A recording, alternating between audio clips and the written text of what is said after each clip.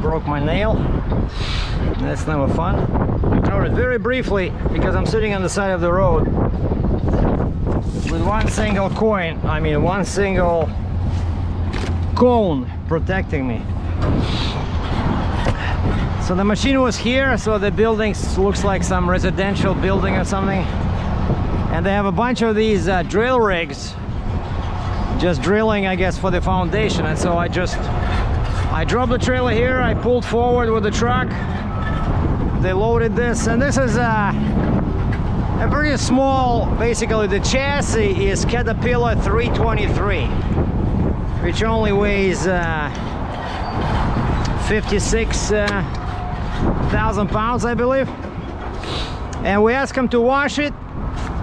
The shipper did a great job. He says, we clean it up for you. And I look at him to see if he's joking. And he says, the owner of the property does not allow me to wash on the road. And so he paid the mobile wash guy to come over and wash it in the dirt. So he washed it in the dirt, and it was sitting somewhere, and then he drove it forward, and it looked like this. I said, guys, come on. And the guy says, well, I may be French, but I'm not stupid. I'm telling you. He says, I cannot lift the excavator in the air to wash the tracks. I said, no, it has to be washed on the clean surface, like on the pavement. And he says, they didn't allow us to wash on the pavement. He says, the owner is very strict. And I said, you have to bring back the mobile wash guy. And again, he says, we cannot wash here. But anyway, so he gave me the address for the mobile wash guy. And so I'm about to leave now. And I put 8 chains. I put all my 4 blue favorite binders like this. So 2 on each side, front, rear. And then 2 binders like this. And I tie down the boom in the back so the DOT is happy. I said, that's a monster. Leave her 320. I'm looking at the counterweight. That thing probably weighs, you know, a ton. Yeah, the frame is, and I love this thing. They sucked in the tracks. It's not even 9 feet. Oh, the mirror, hold on. I forgot to fold the mirror.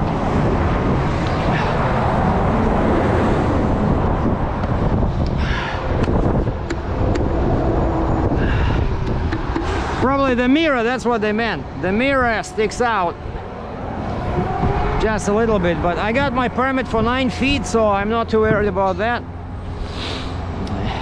And there was like a 3-foot antenna.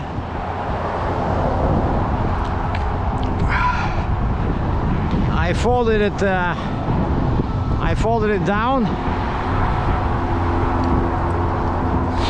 And at first we were not sure which way to load, you know, this thing towards the truck or towards the rear. And then what we did, we backed this thing like this. I mean, this is forward, right? So we moved this forward all the way. I said, let me hook up to the trailer and see how far we can go, because I need this center to be where my light is, right? And so this was here. I said, I don't want to overload the trailer. And so we moved back like this.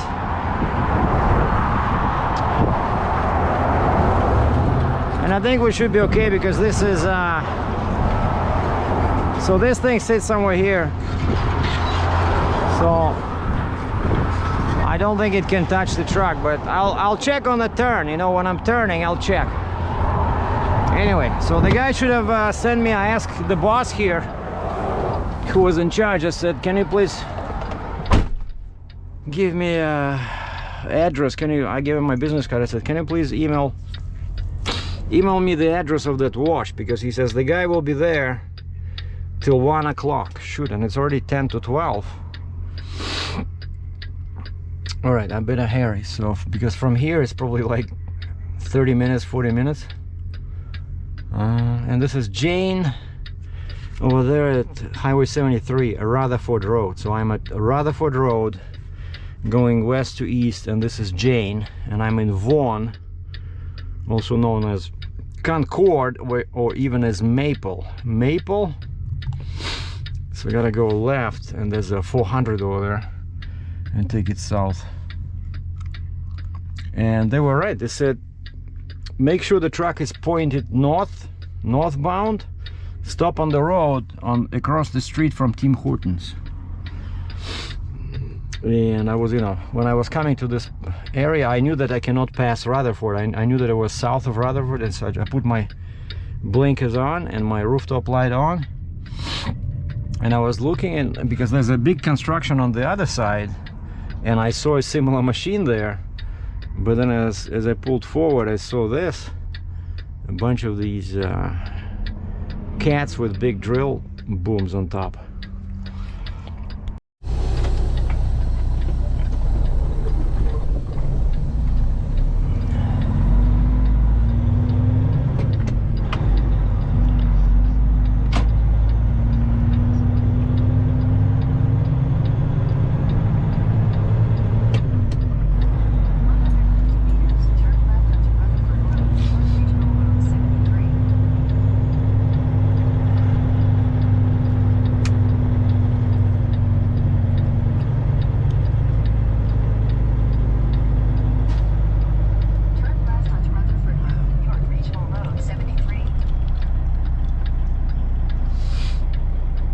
And now I was driving empty, right, with this with a quad trailer, and I noticed that the trailer is dog tracking. I don't know what's going on. So it was dog tracking slightly with the like, look at these people, right? They're morons that have no clue how a 80-foot long rig drives. Like, I cannot turn from that lane. I already ran a couple of curbs this morning because it's been a while since I had a quad trailer, and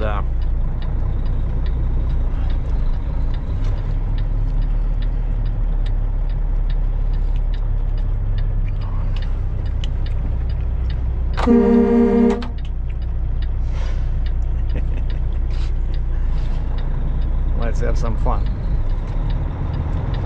Morons. And so I was parked behind the hotel. It was pretty tight in there, and like I went through there with the 3+1, no problem. 2+2, no problem. Straight 4, we have a problem. Like, it's too long, and it doesn't want to turn,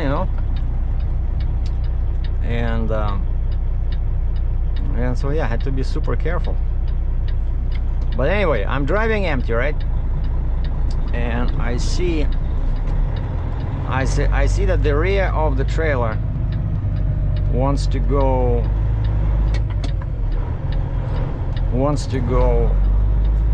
sideways towards the ditch.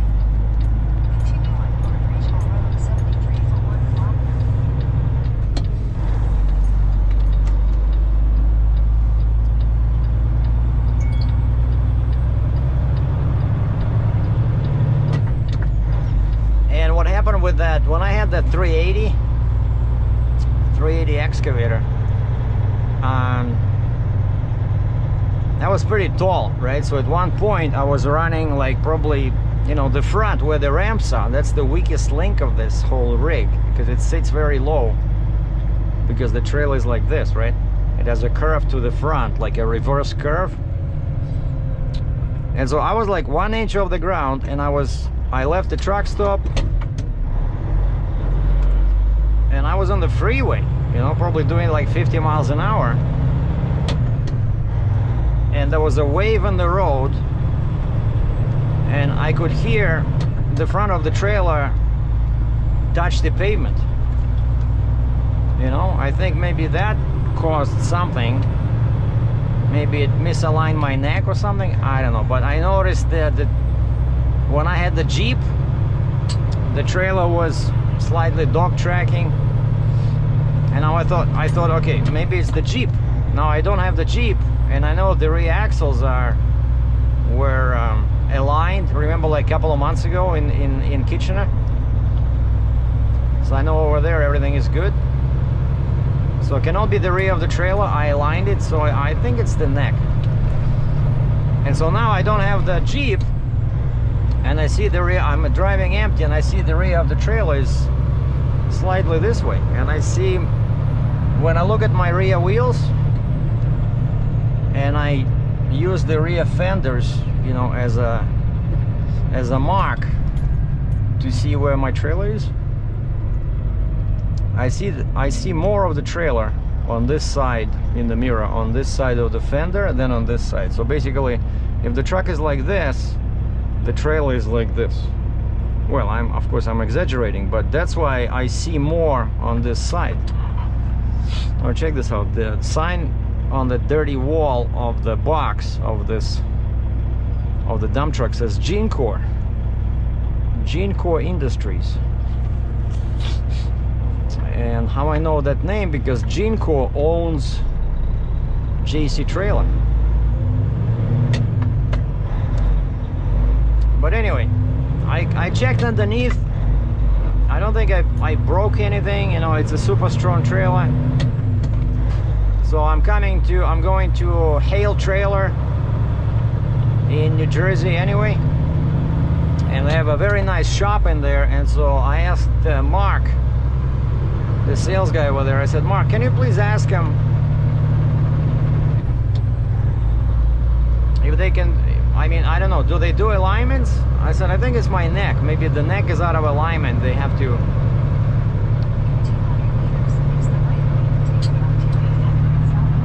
And he says, when do you plan on doing this? And I said, well, I'm delivering my drill rig either Thursday or Friday.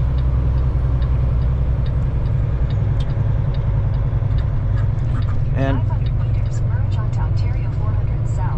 I'm going to a town with a funny name of Mount Ephraim. Mount Ephraim, which, according to Google Maps, is 10 miles away from Hale Trailer. This is a very lucky load. So I rarely make money going down into US. This is an exception, like, because the rate is good. You know, I gave him my rate, and I said this much plus permits. And they said, okay, how about this? You know, like brokers, they always like all-inclusive rates because they they don't like the uncertainty. So they want me to bear the risk, so to speak, right?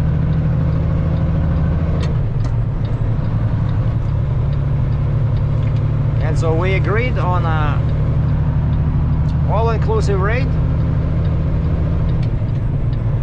in Canadian dollars this time, because my broker is based in Canada.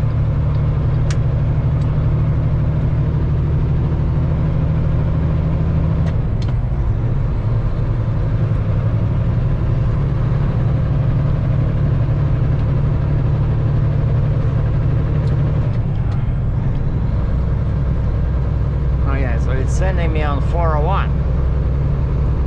I hate 401.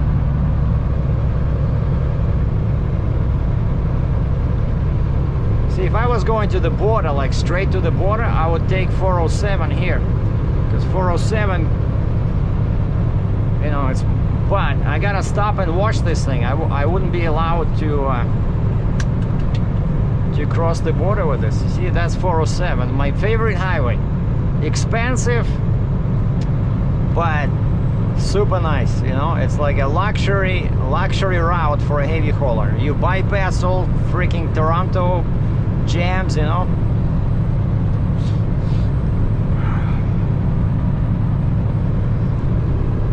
So yeah, I hope that I didn't break the trailer again. But I trust Hale Trailer. They're very good guys. They have all the tools. They did all kinds of welding. Remember last time I had to replace that whole cylinder that with a lock pin. Like these guys, pretty much they can do what Fontaine can do at the plant. Like seriously. Okay. And so I didn't get the reply from Mark yet, but he said, if you don't mind, he says this time, he says our marketing team wants to meet you when you're down here. They're gonna do some footage, and then they said you can use that footage on your YouTube channel. I said okay.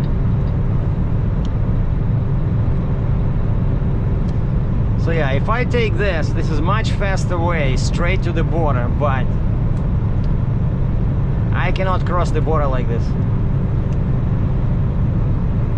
Now here's the picture of what the machine, well actually I'm not gonna attach that picture because it's real ugly, but I took a picture of the tracks because I told my broker 20 times, make sure it's washed, make sure it's washed. So I come over there, the machine sits like 100 meters away, 300 feet, and I can see dirt, you know, like not just occasional pieces of dirt. And I'm not trying to be difficult, but I said that will not be allowed to cross into US. And the guy said, well, we washed it. We washed it for you. I said, really? He said, well, we cannot lift it. Like his logic was interesting, right? I said, why even you wasted your money washing it in the middle of the dirt yard? Like, what's the point? So basically the machine was sitting somewhere right where it was working, and they paid the mobile washer guy to come over, wash it, and then they drove it across dirt closer to the road, which makes no sense because of course now all the tracks are packed with dirt. And I said, can you wash it on the trailer? Because normally, you know, what happens is that like I go to a yard like in the States, right? Most guys they use like a pavement. They have a part of the yard is dirt, but part of the yard is paved, right? And so I remember when I went to Ohio pick up that Cat 336, they have a wash, and then they drive it on the pavement where you're loading, right? And so that's what it's supposed to be, right? You don't drive it on dirt after washing. Like what the, you know, it doesn't make any sense at all. And so this guy says no, he's already at his yard. He just left. He's already at his yard in Etobicoke, like southwest suburb of Toronto. And he said, we spent 3 hours washing this. I was just laughing to myself, you know. I didn't want to offend the guy, but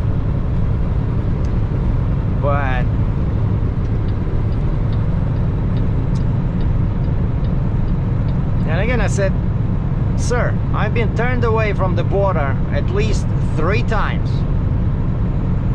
And I said, you know, this is pretty tall. I'm not going through a truck wash with an oversized load. That's just my policy.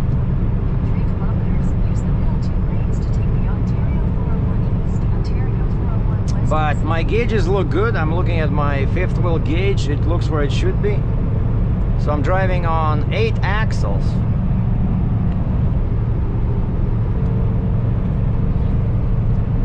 Yeah, we're gonna fix this. I'm pretty sure it's the neck. Yeah, I'm looking here. I see less of the, like the front of the trailer, like the ramp, right? I see less of the ramp of the trailer here than here, which means that the trailer is slightly turned. You know, the rear And so of course, that's why I'm changing tires all the time. I'm telling you, like. And I put some grease in there, because you know sometimes it helps, like those points of the neck where they go on the trail. I put grease in there. I grease the bottom, that big shaft in there, to make sure that it goes in the proper position. Because sometimes, you know, you have dirt or you have some rocks in there, right? I checked, no rocks. It's all greased, good. I don't know what's going on, but I think it's because of that little thing. Oh, and also I went over tracks, and I had to stop and lift the trailer, because the trailer just, you know, I was doing like 1 mile an hour, and I saw the front of the trailer was pretty much about to hit the rails, and so I stopped and I ran to the back, and I lifted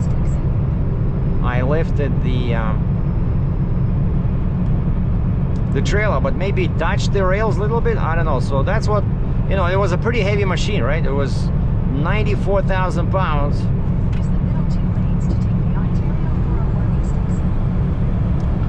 You see, old reaction. You know what I was doing here?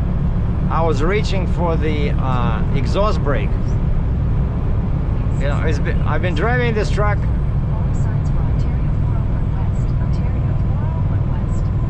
I've been driving this truck for 3 years. I'm still getting used to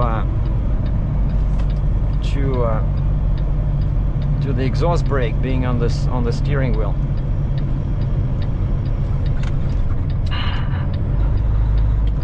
Yeah, I don't want to go in that lane, because first off, that lane ends. It ends, and secondly, well, maybe, oh, they removed it now, but before there was a concrete barrier over there.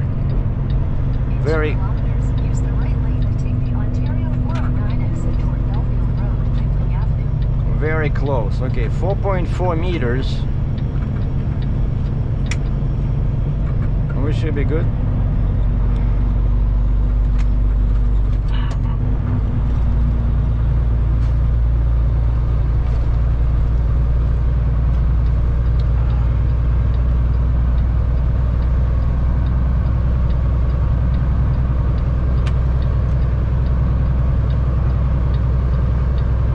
Going.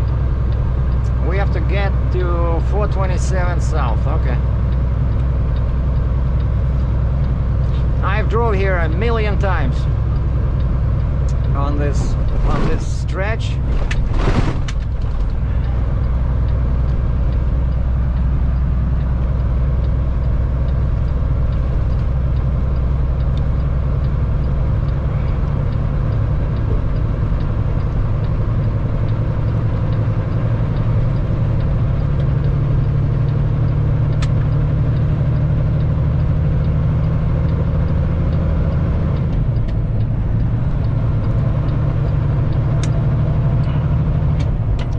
My previous truck, right, on the Mac and on the International, the exhaust brake was here.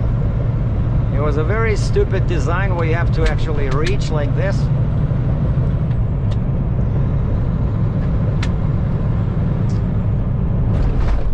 That's my jug of water. It was too close to the seat, so the seat was hitting it.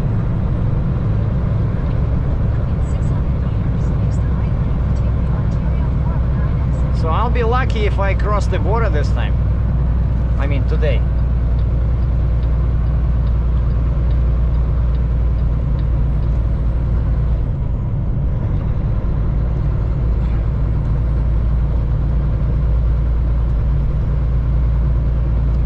And I didn't even set up my my border crossing yet. I gave him my PAPS number. But I didn't do it from my end.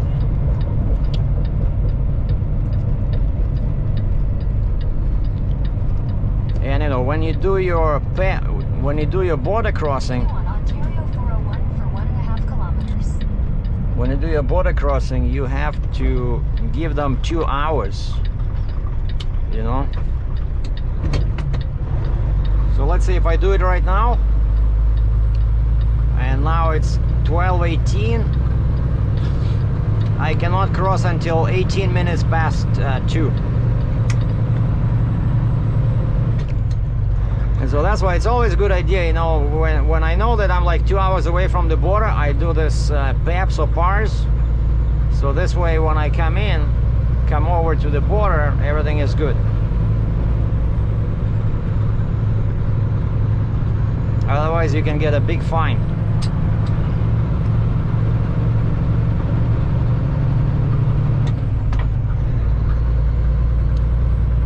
Oh wow, look at this dirty truck. Jesus, no pride of ownership whatsoever.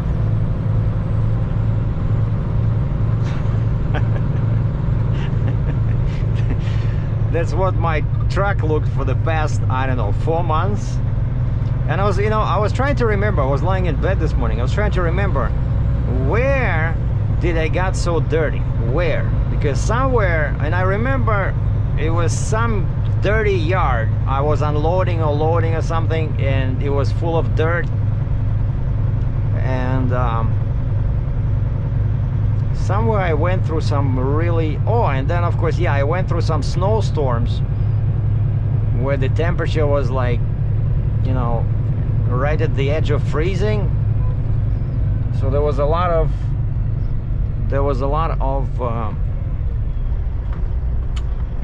sleet.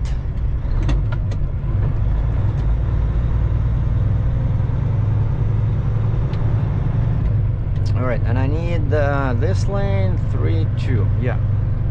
So this lane exits. See, when you drive on these highways, you know which lane to be in. I love that. You know, when you know, that's like the top of the высший пилотаж, as we say in Russian. Sky acrobatics. When you know which lane to be in at what junction. So now we're near the airport. Is that a cop? A guy behind me with in a Ford Explorer. Oh yeah, it has a number on the roof. I see you.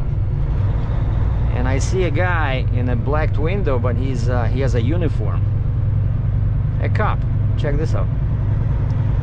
Unmarked car. Oh, okay. He's escorting those guys over there. But you can always tell a cop's car by two things. They never have money for alloy wheels. I'm not sure why. Always steel black rims. That's the biggest tail sign ever. And number two, they have a dozen antennas on the roof.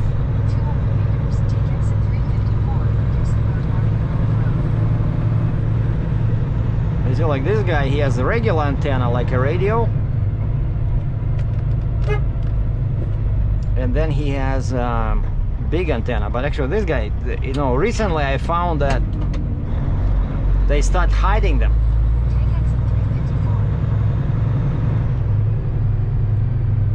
Wait a second. 354.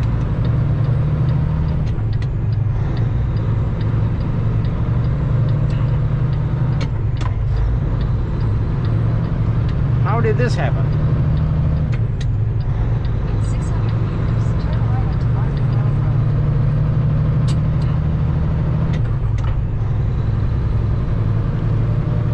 Son of a bitch, I missed my... where was I supposed to exit?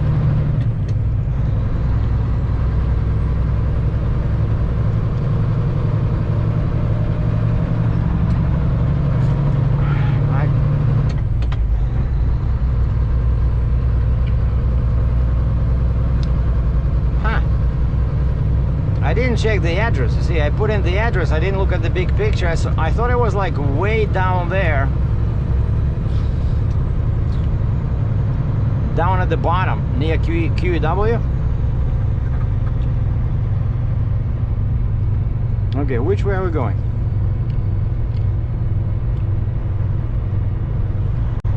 Martin Grove Road.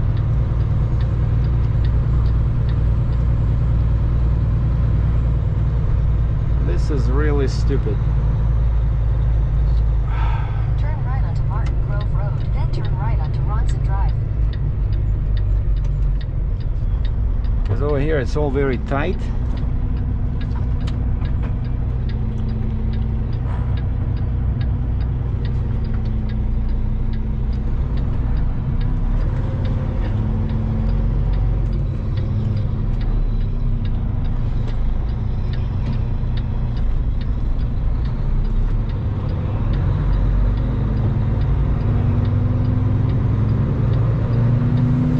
Take the next right onto Ronson Drive.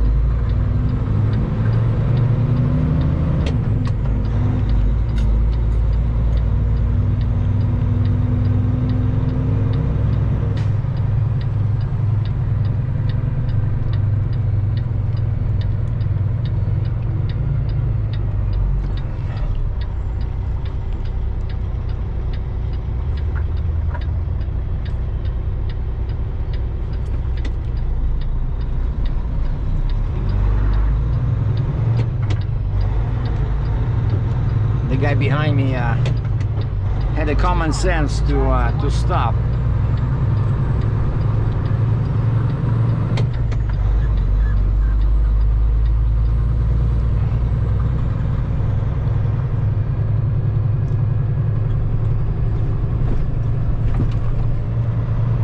So I got too excited.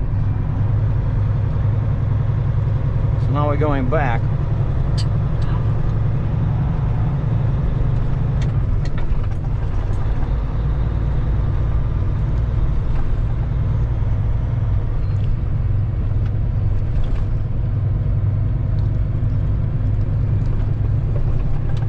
Maybe I was supposed to go like this. I don't know.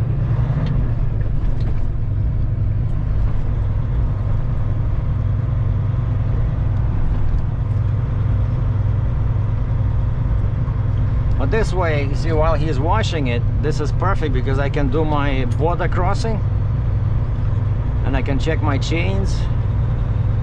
And that's the where I was just now. That's 401. All right, where are we turning here?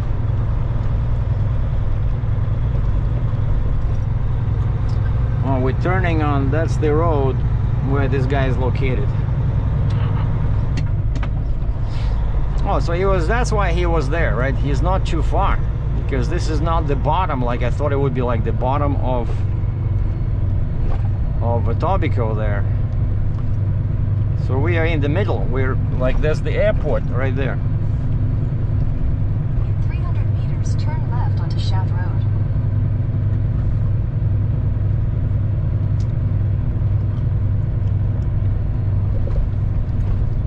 But it has to be washed, you know. I cannot cross the border like this.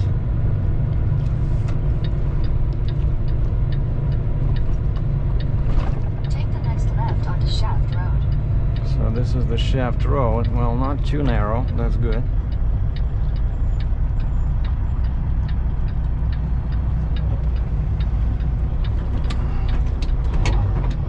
Metro Jet Wash.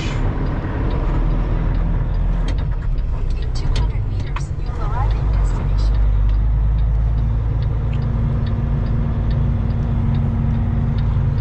Maybe this is the place.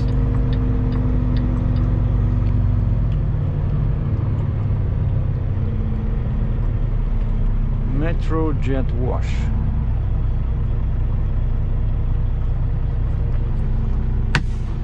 Metro Jet Wash. Is this? Hold on.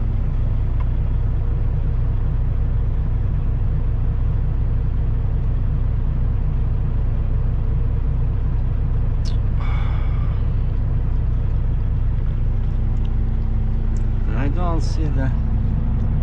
Oh, it's 24.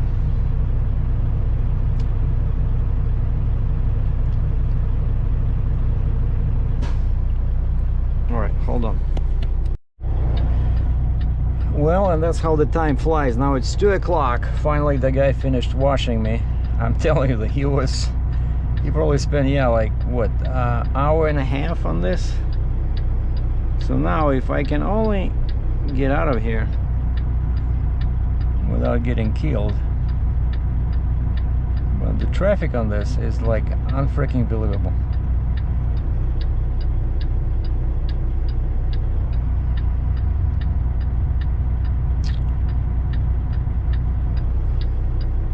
At least there's no divider.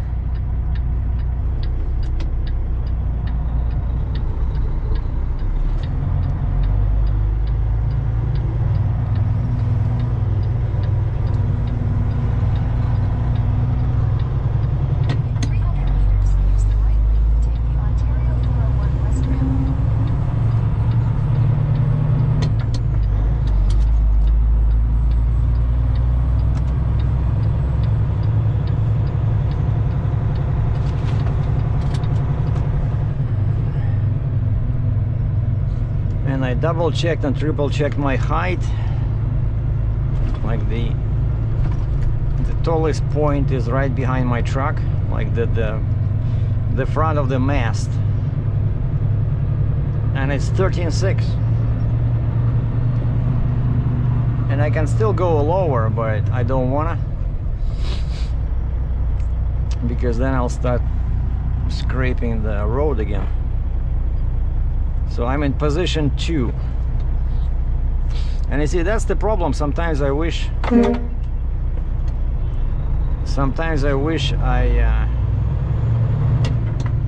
had a 4:10 ratio, right? And for me it's really easy to do that. All I gotta do is just change the tires on the truck from 24.5 to 11 you know, 22.5. Because my actual ratio is 4:10, but because of the larger tires, it becomes 3.91.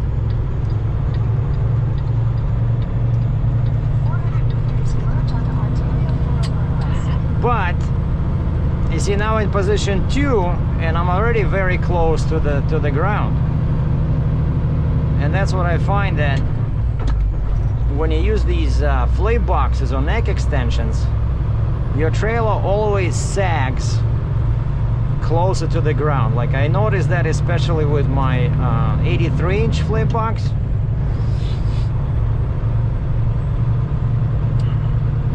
And so if I switch to 11R 22.5,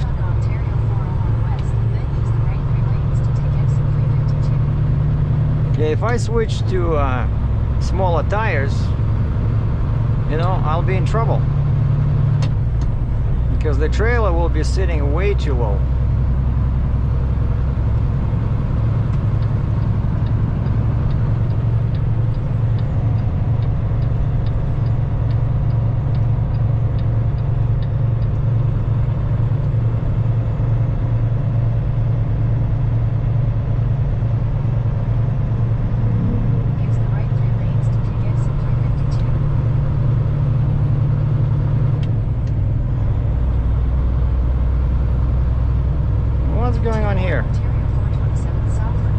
Those were the guys that were doing this before, remember? So it was a guy probably hit somebody or something, I don't know.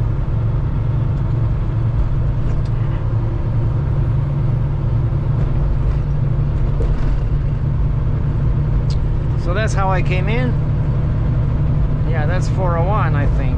No, that's not 401. Is that 401?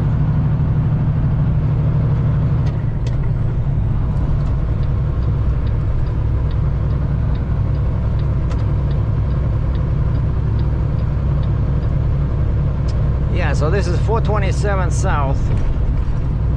Yeah, that's 401. Like that way is Cambridge west, this way is east. And now we're just driving south, trying to get to where? To 403.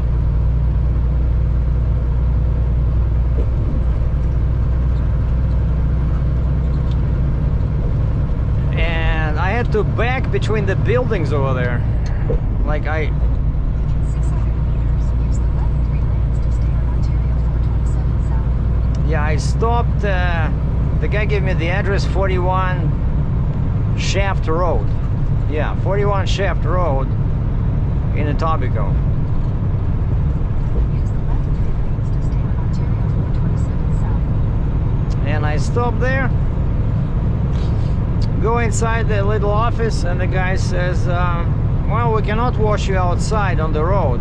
See, that's the problem. Like with washes, it has to be on their own property. That's why a mobile wash never works unless you have your own piece of land, or you have a permission from the owner where you're renting the place, right?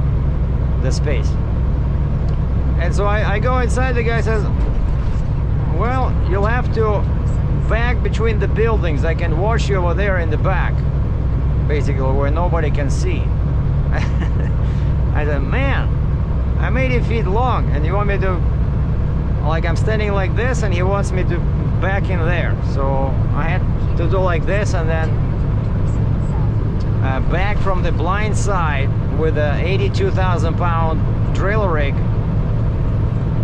And so I lifted my lift axle, I lifted the neck, because I know when you lift your lift axle, everything goes down and the neck starts scratching my fenders. Right, so this way it doesn't scratch. And then I went in the back and I pulled that new shiny drain valve that they replaced, and guess what? Nothing happens. The valve works perfectly as far as, you know, movement is concerned. Everything is super smooth. I knew it's a brand new valve, but I don't hear any sound hissing, you know, coming out. And the airbags do not lose the height. So what the... So I'm gonna check that once I'm at the hail trail. I'm just gonna check why it's not draining the air, you know. Like, yeah, I need the new valve, but at least the old one drained the air a little bit. It took very long. It took like half an hour to drain the airbags, where it should take like less than a minute. I don't know, maybe they didn't connect the lines properly. We'll figure that one out.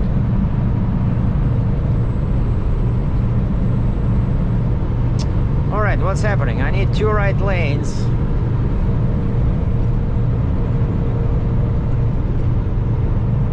Let's go in here.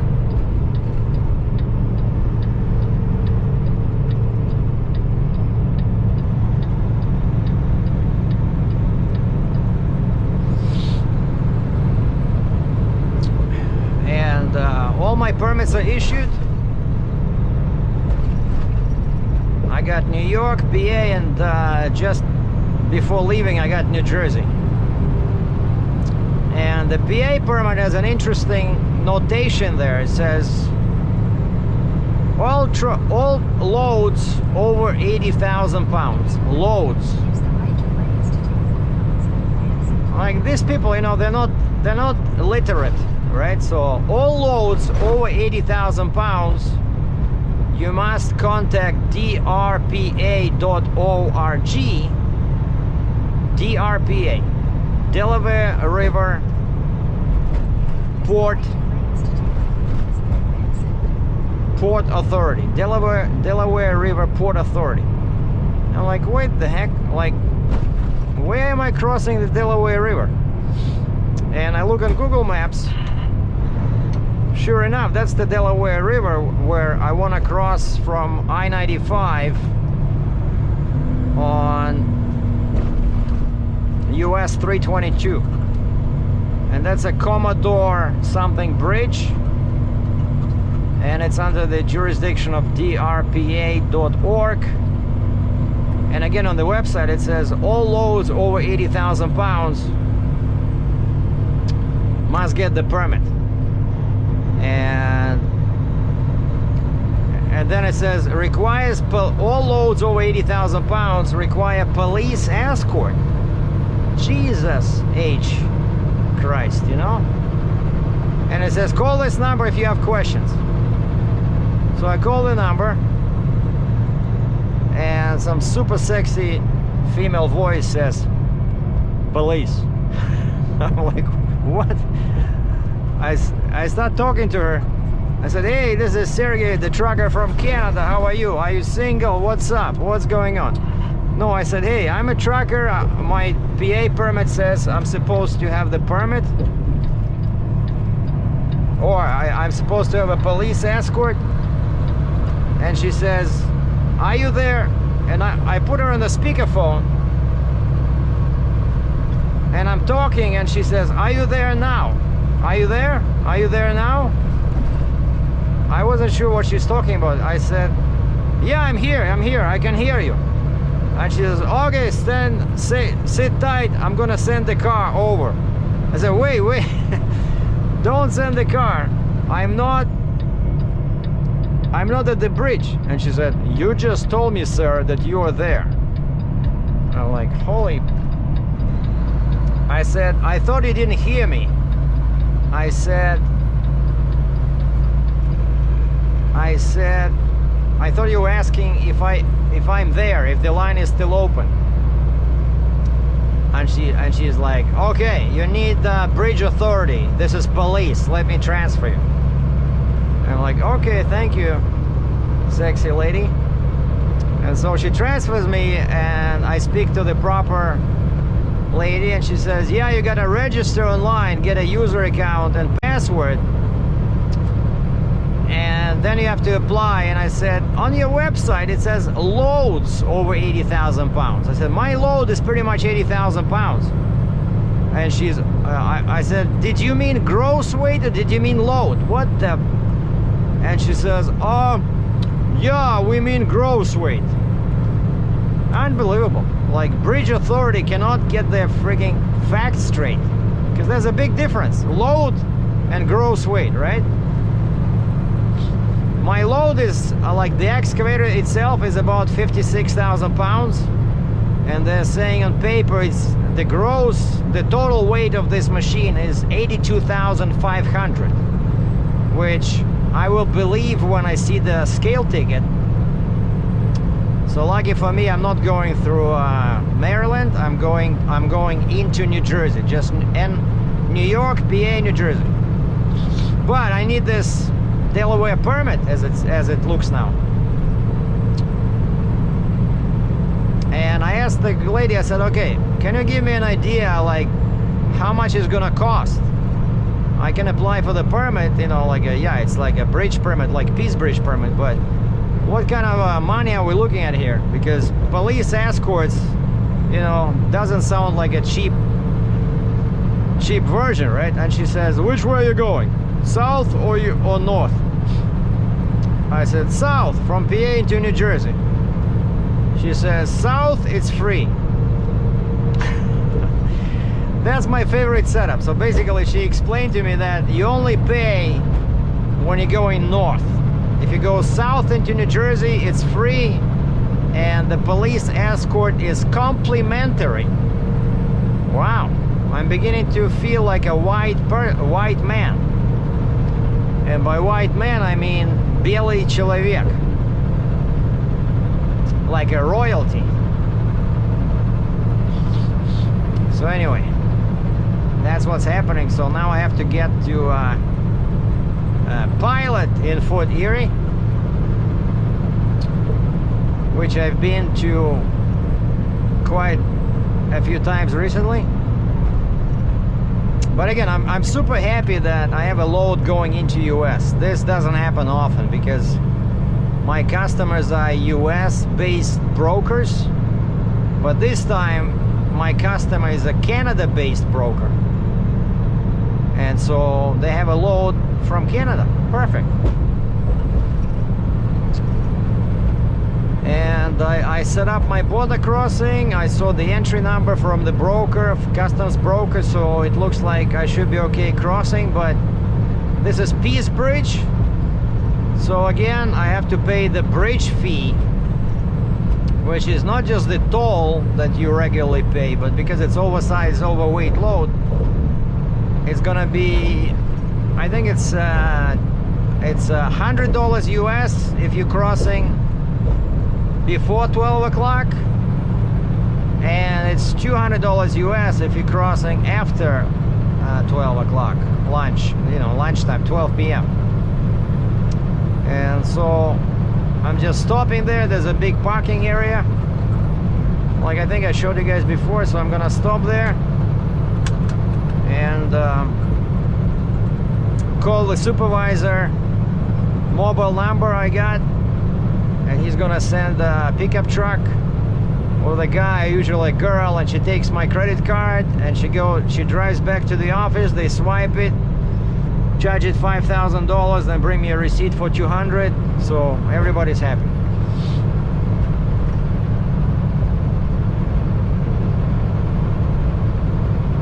Yeah, I would go into the right lane, but there's a bunch of old bridges over here. So these guys would have to endure this particular driver till we reach 403. Because this is a very old highway, Queen Elizabeth Way. So actually, if you go in the reverse, I mean in the opposite direction, you'll hit downtown Toronto. And so now I'm driving what seems like southwest, like alongside the lake. The lake is over there.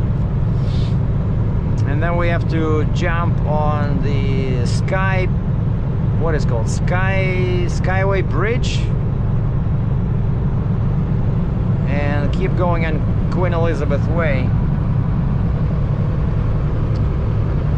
And again, I'm not sure how they measured the width of this thing. Like the tracks are more narrow than my trailer. So the only thing that sticks out is the mirror.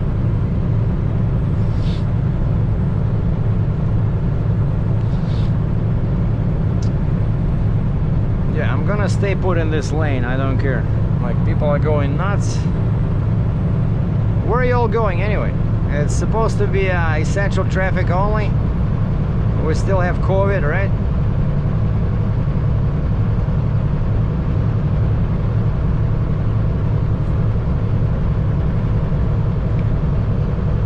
And so yeah, and loading was pretty quick.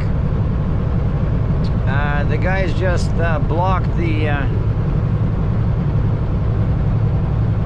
guy came, construction guys came out and they blocked one lane, like next to me, so that people don't hit me.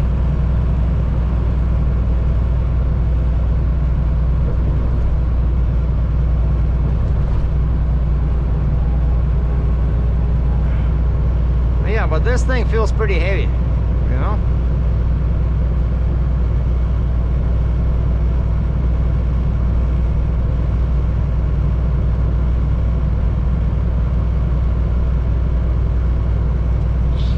So I got my flashing lights in the back, I got a flashing light on the roof.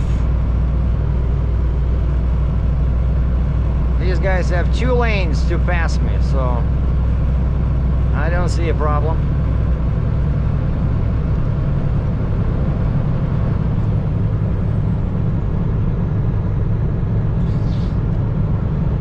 Okay, I think over here actually I can move right, because here we have new bridges.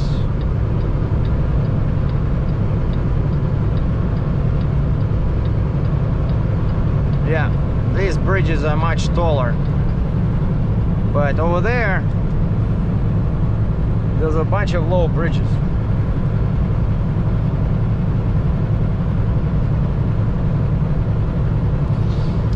So what is this? This is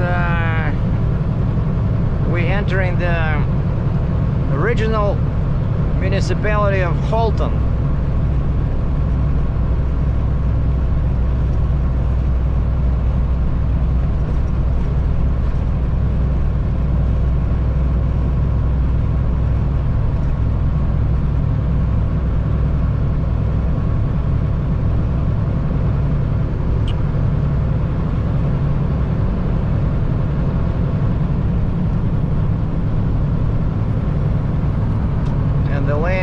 Like, I cannot drive in curb lanes. I'm sorry.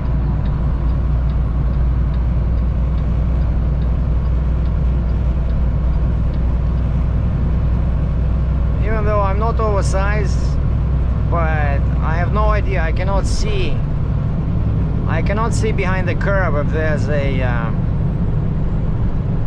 if there is a shoulder. Well, it turns out there was a shoulder, but you know, I cannot take chances,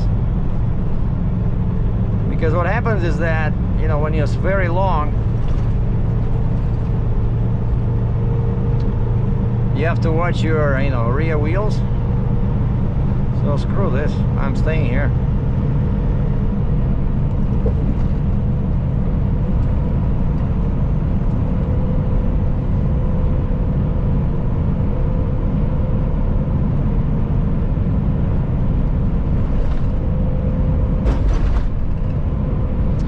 And so I think today I'm not gonna go too far, because they, you know, I asked them for 90 east to Batavia. Of course, New York doesn't want me there, even though I said I'm 13.6, because usually they don't want you on the tollway if you're over 13.6, but I'm 13.6, and so they're sending me again through Walden Avenue, and then 277 South, Broadway East, or 130 East, which turns into US 20, and then I stay on US 20 until I reach New York 63 South, and then 63 South takes me to 408, and 408 takes me to 390. And so I'm thinking today I'll just go to my favorite track stop in New York, Dansville, TA Dansville.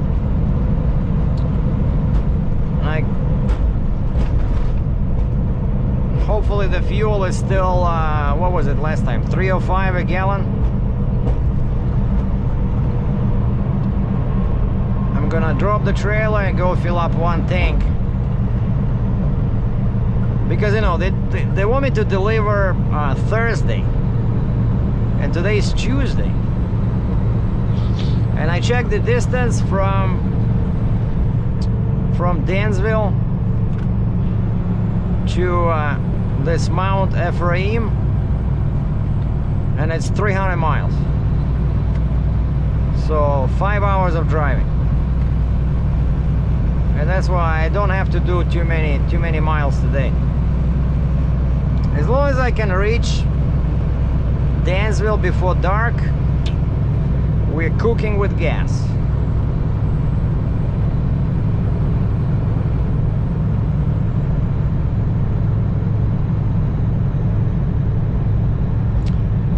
Oh, one news about the car.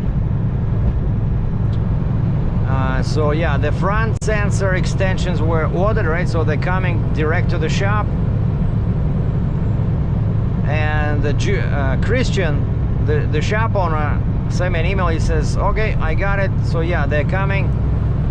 And he says everything is installed, so all we need is these extensions.